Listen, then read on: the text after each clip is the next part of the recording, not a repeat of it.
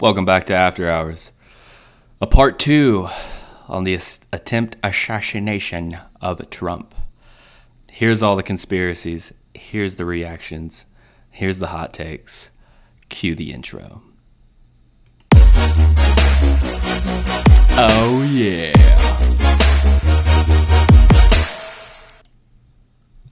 It's 6:03 p.m. on Saturday, July 13th in Butler, Pennsylvania. Former President Donald Trump takes the stage at a campaign rally. 6:05 p.m. Trump stands behind the podium and begins to speak. This is a big crowd. This is a big, beautiful crowd. Rally attendees have been scanned for weapons before entering the event. Secret Service counter snipers are seen positioned on top of these two buildings located behind where the former president is speaking. The shooter was on those other ones. 6:09 p.m., 2 minutes before the first gunshots. While Trump is speaking, witnesses notice a gunman on the roof of a nearby building located here, outside the security perimeter. He's in an elevated position and around 400 feet away from the former president. 6:10 p.m., 1 minute before the first gunshots. A bystander captures what appears to be local law enforcement walking around looking at these two structures. Local law enforcement would later tell ABC News they had been alerted of suspicious activity in the area and were in the process of looking for a potential suspect. You guys are doing it. 6:10 p.m. Trump pivots his head slightly to the right and starts describing a chart showing immigration stats. One of the counter sniper teams is visible in this witness video. Eyes on the target. Notice something is off and start running away from where the shooter is located. 6:11 p.m. Trump has been speaking for about 8 minutes. Our country took over, and look what happened to us. A supporter captures this footage from outside the rally perimeter moments before gunshots are heard. So he's kind of looking in the direction of the shooter right here.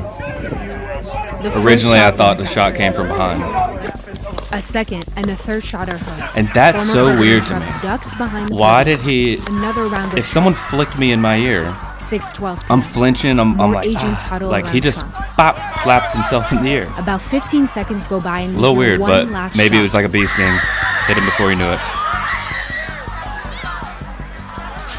So, the shooter's down at this point. They had eyes on him the whole time. Never took the shot. From these bleachers located to the right of where Trump is speaking, Until after, bystander captures which, agents thankfully huddled missed. around the former president, shielding him. He then shifts the camera to the crowd. Someone needs help. And that building up there, that's where the shooter was. So I can see a attendee misfire, appears to be shot, a possibly stray in the bullet head. in that situation. An ER doctor jumping in to help. The victim will later be identified as 50-year-old Corey Compertor, a firefighter and a father of two. The family would post tributes online later that evening. An agent is heard saying the shooter is down. Shooter's down. Are we good to move? We're clear. Secret Service agents lift the former president. I got you, sir. I got you. Let me get my shoes. Blood is visible on his face and shirt.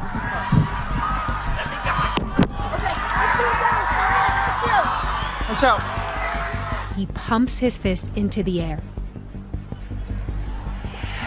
Epic. The crowd starts to chant. Agents escort Trump down the stairs. He continues to pump his fist.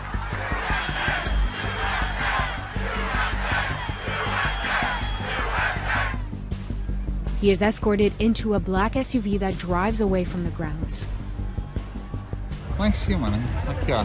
Bystanders capture footage of what is believed to be the suspected gunman's body laying motionless on the roof of a nearby building. The building located north of where the president was speaking, just under 400 feet away from him. Later that evening, former President Trump confirms in a social media post that a bullet pierced the upper part of his right ear. The path of that Look at this bullet. captured here Unless that other in ear this is image wonky, taken by New that York did Times not hit the top of photographer his Doug ear. Mills.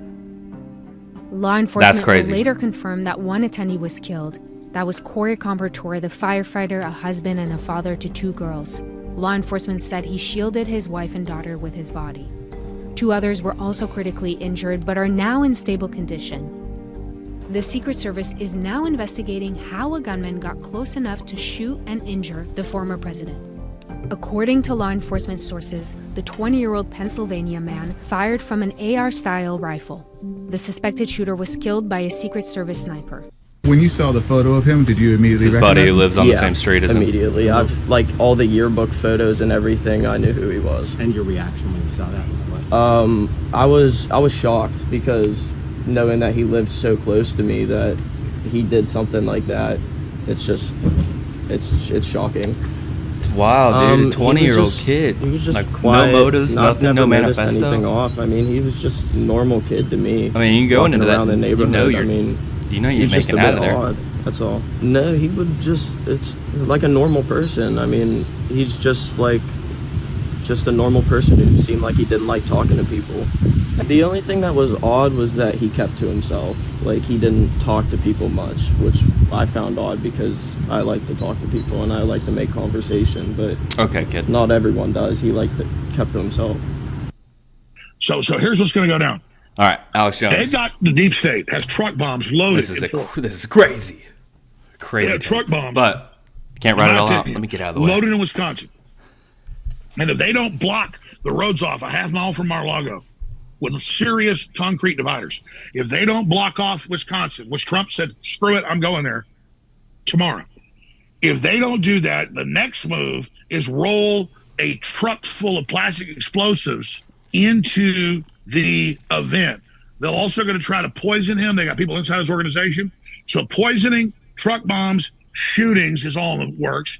Also, they've been pre-programming cyber attacks by the Russians, claiming they're working with Trump supporters. The FBI already put out reports last year saying the Russians working with Trump supporters are going to cut the U.S. power off. No, the desperate deep state. So cyber attacks, power outages, truck bomb attacks, but it gets worse. They have already said, Senator Blumenthal, that's run the attacks on me, and others have said, they've introduced the legislation that when he's president-elect, because it's not just 112 days of the election, or 113, it's that in that 79 days from the early November to January 20th, when he gets inaugurated, that 79 days, the Democrats have said there's going to be massive civil unrest. And when Trump tries to call up the National Guard under the Insurrection Act, they've introduced a bill to strip him of that power, which is a coup against the executive. So they've already going for hours. They've pre-programmed all of this where they're going to stage attacks on black people. That's all pre-programmed, all the shows, all the movies, everything.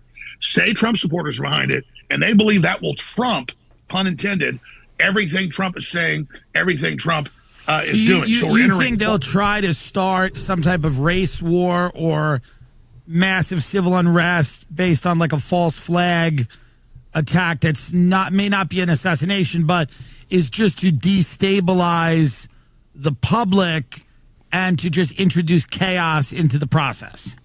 It was a big weekend. We do have Chaps in studio today. Right. Shout out Chaps joining us. We figured it'd be a good idea to invite Chaps, given his experience working in and around the United States Secret Service. Yep. So here are the two questions I have for you mainly. Okay.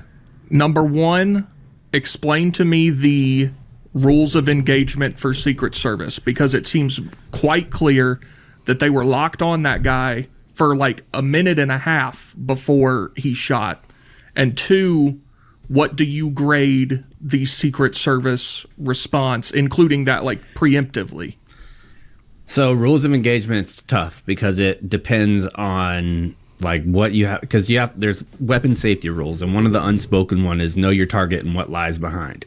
So you have to factor in the risk of what you would take there, like what is the appropriate level of risk with that many people in the crowd, with the line of sight that you have on that shooter. Because even if their guns are pointed that way, we don't know what it looks like in their crosshairs. There could be a branch that's in the way. There could be all kinds of things. Like, do you have like windage that's going on? What angle do you have? Can you really make positive identification? I have never heard of the Secret Service taking a preemptive shot. But really? I guess it's very rare that they would have to do that. Very rare. They always. But surely if they are certain this guy has a gun, he is on the roof pointed at the president, they can kill that guy. Yeah, and there's also, whenever you're on the roof, you could see that person, but is the person that you're seeing in that position, should they be in that position? Like if you're making sure that the person on that roof is that a Secret Service person? Because they have long guns up there. You saw it. There's long guns all over the place. Like I think I pointed out to you a couple spots where whenever we were at Army and Navy, I was like, this is where you would station somebody. This is where you would station somebody. They could be checking, like, is this one of our people? Cleared hot once it comes in, like it happens. They like, these are so attentive to detail. Like they know who's supposed to be where. Where. Twitter are like, that is a tango. Should have been said. This should have been said. 10 Think times about out the of 10. amount of time that takes, the decisions that you have to make. That's why these jobs are difficult, man. And to give you a grade, F. The former president got shot. It's an F. To me, the biggest lapse is probably getting that person on the roof in the first place. Yeah, like once they're on the roof, I understand that they told them. Yeah, once you're on the roof, I understand what Chaps is saying. Like in the heat of the moment, in the fog of war, you are staring down the barrel of your own sniper rifle, and you're trying to figure out if that's a friendly, if that's like one of yours, if that person's supposed to be there, right? Because every place that you go with the president is different, right? Yeah. Like every time you set up, you've got different buildings around you, and you have to learn. Okay, where are the positions of my people going to be for this particular rally? And so that can take a couple seconds to figure out, is that me or is that one of us? Is that somebody else? But to let that guy even get on the roof with a rifle is crazy. And yeah, the fact that it got to that point means that somebody really fucked up badly. Yeah, I mean, it was an abject failure. And I think it's a failure as a whole for the operation. All right, so with that shot, to give you an idea, when you go to boot camp, you have 3 levels of fire that you learn, 3 distances. You learn 500 meters, which is on a body size target, so it's basically your head down to your waist. Then you have 300, that's in a dog target, is what it's called. It's basically like if you're laying down, you see the shoulders and the head. And then you have an able target, which is just essentially the center shot. That one comes in at 200 meters. So the shot that he taken wouldn't even be like an elementary level of Marine Corps shot. So this guy sucked at shooting. Now, that being said, shooting, if he's never done it before, shooting at that trajectory downward is not a position that you typically shoot whenever you're doing it. Wind, and most kids don't factor in wind, and it was a pretty windy day. And also probably just the moment. And the moment, yeah. Like I was telling them earlier, I'll explain it to you. Is this all right? mic This on? is cool. Yep. Just right. like the little things that matter when you're shooting a gun. Just to give you an example, so like this is almost like this other gun. A trigger, right? So if I'm pulling, it was easier on this one. So if I'm pulling this trigger and I'm nervous, it's going to go a little bit to the right. Adrenaline. So like the trigger pull a lot of people that aren't experienced, which is crazy. You're going to yank the trigger back because that means when you do that, it points the gun off to the right just a little bit.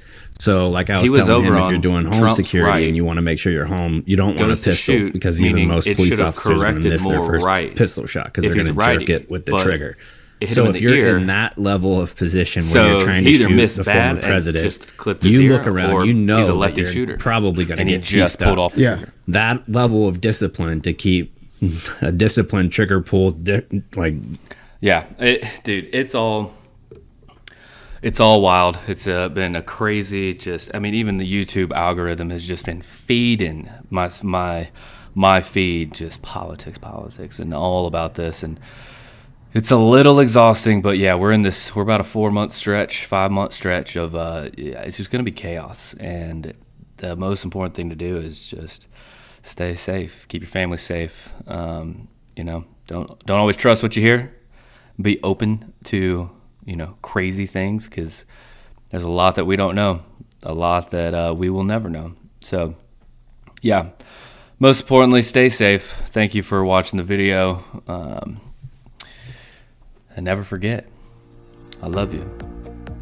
I'm proud of you. Peace.